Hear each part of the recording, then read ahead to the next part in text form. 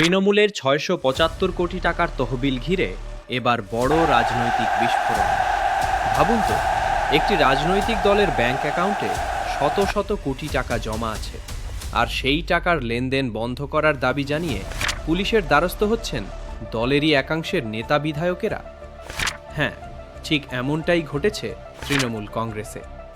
দলের ভিতরে বিভাজন আরও স্পষ্ট হওয়ার পর এবার লড়াই পৌঁছে গেল সরাসরি দলের তহবিলের নিয়ন্ত্রণ নিয়ে। বৃহস্পতিবার ঋতব্রত বন্দ্যোপাধ্যায় শিবিরের একাধিক বিধায়ক পুলিশের কাছে অভিযোগ জমা দিয়েছেন।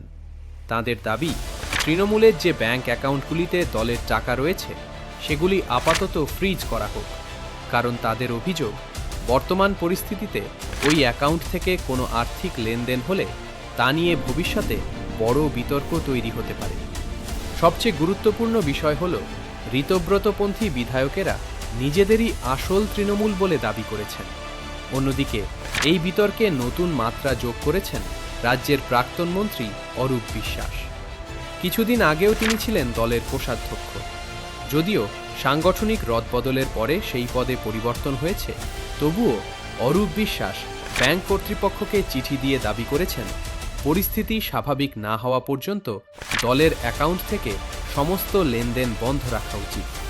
তার আশঙ্কা, আগে থেকে সই করা কিছু চেকের অপব্যবহার হতে পারে।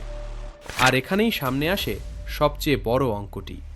নির্বাচন কমিশনে জমা দেওয়া অডিট রিপোর্ট অনুযায়ী তৃণমূলের তহবিলে রয়েছে প্রায় ৬৭৫ কোটি টাকা। এই বিপুল অঙ্কের নিয়ন্ত্রণ কার হাতে থাকবে তা নিয়েই এখন জোর রাজনৈতিক টানাপড়েন শুরু হয়েছে। এরই মধ্যে বিধানসভায় বিরোধী দলনেতা পদকে কেন্দ্র করে ঋতব্রত বন্দ্যোপাধ্যায়ের নেতৃত্বে বড়সড় ভাঙন দেখা দিয়েছে। দাবি করা হচ্ছে, বহু বিধায়ক ও সাংসদ বর্তমান নেতৃত্বের বিরুদ্ধে অবস্থান নিয়েছেন।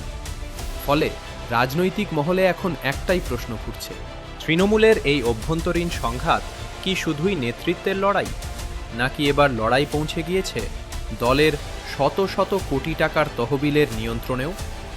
আপনার কি মনে হয়, তৃণমূলের এই সংকট আগামী দিনে কোন দিকে মোড় নেবে? কমেন্টে নিজের মতামত জানান।